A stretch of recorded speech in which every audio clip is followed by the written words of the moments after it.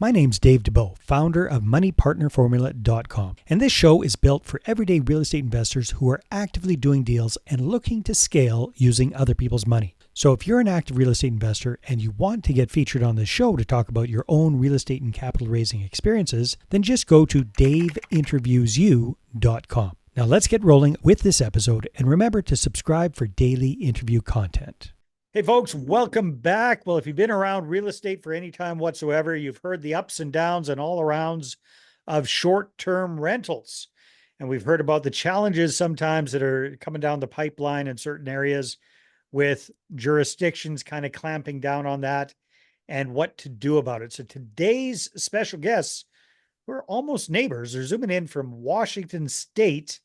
I've got Kip and Lora Brown, and these two are are real estate entrepreneurs. They do a whole bunch of different stuff, but they specialize in short-term rentals and helping people do that better. So Kip and Lora, welcome to the show. Great to have you.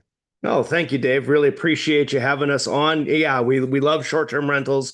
Real estate's a huge passion of ours, everywhere from the cash flow that it can bring you to the design aspects. So yeah, I really appreciate you giving us the opportunity to share with people what we really love about it, and that it doesn't necessarily have to be scary or any of those things. And if people need help, there's ways to do that, right? There's ways to actually accomplish what you're looking to do. So what has changed since you guys first started with short-term rentals as far as like rules and regulations and places clamping down, and what have you guys done to kind of manage those challenges? Sure. So when we got started, we didn't get started at the very, very early onset, right? We got started after things started becoming a little more known.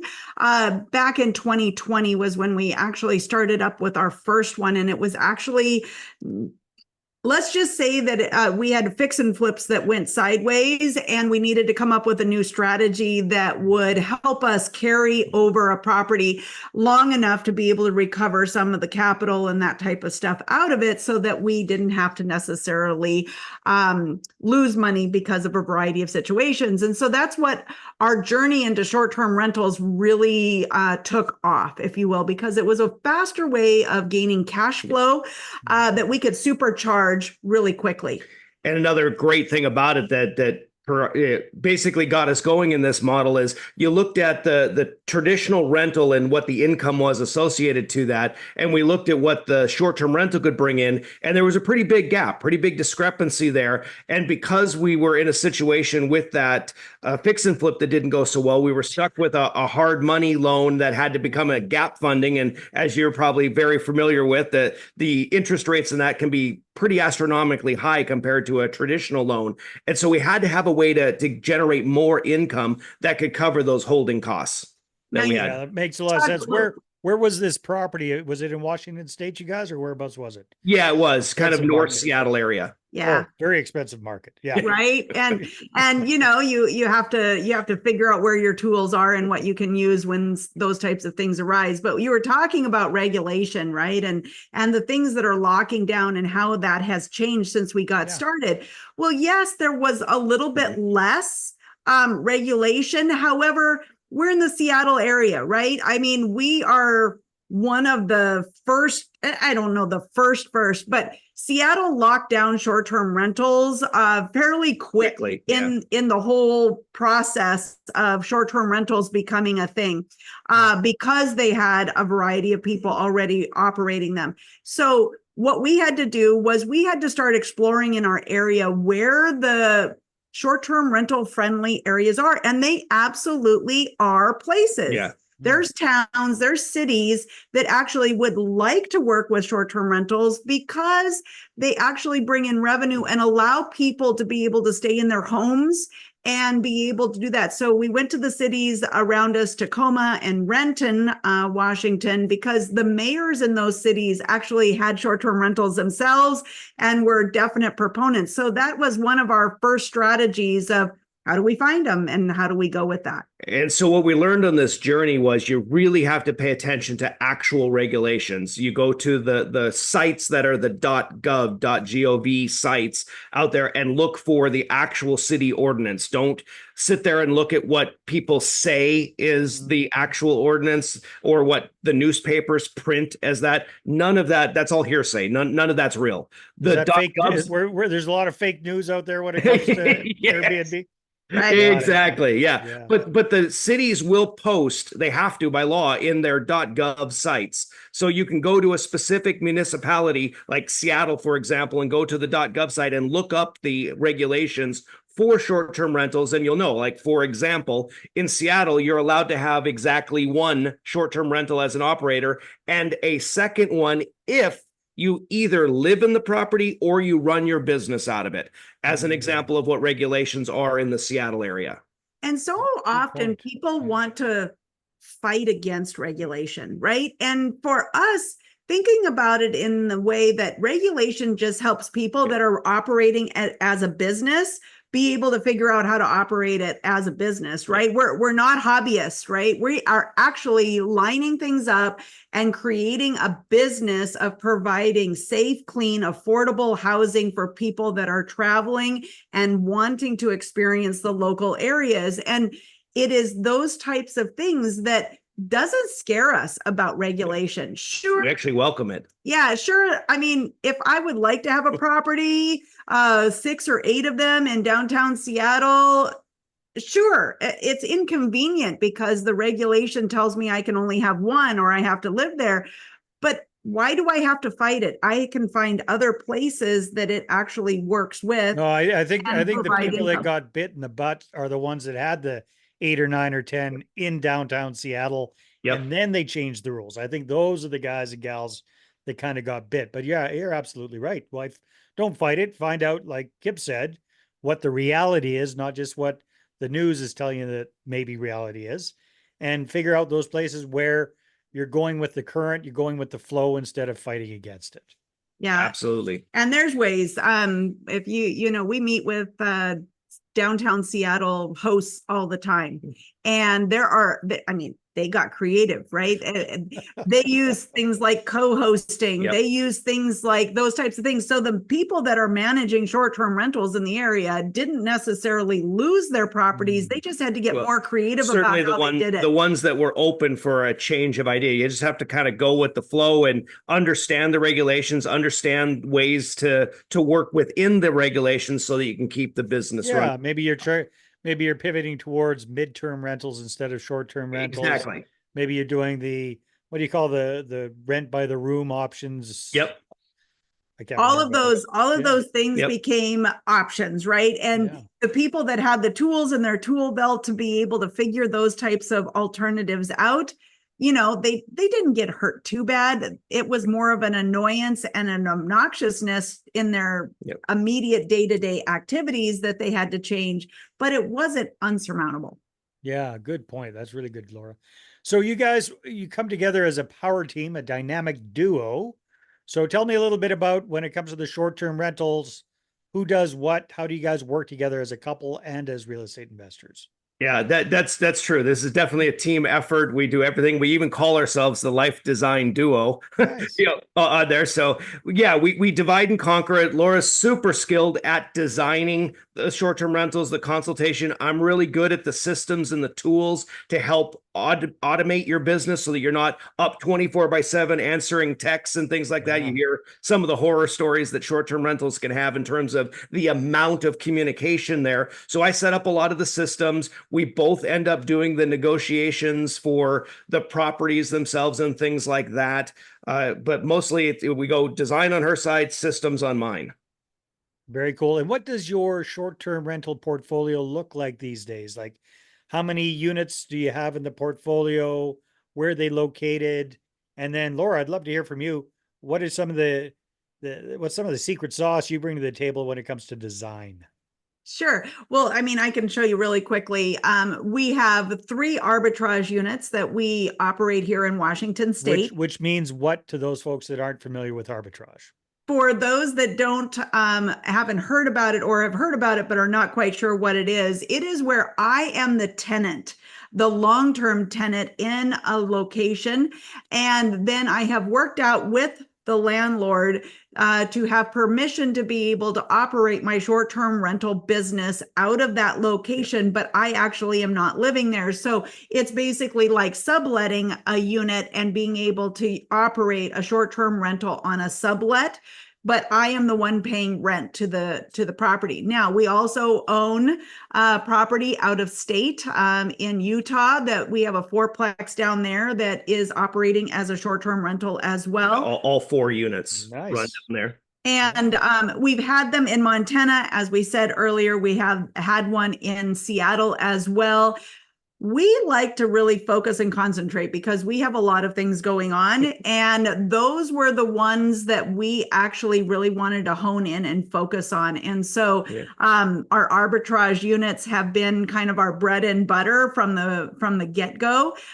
Great little cash flowing machines. And that was also where I got a lot of my management, honing my management skills and my standards and such. As far as design goes, right? The design part that I bring to the table that's quite different in many respects is, one, I've been a host. Mm-hmm. I understand the logistics side of things when it comes to how do I economically run a short-term rental? How do I help with my team members to be able to make it easier, efficient, and faster for them to be able to create the experiences?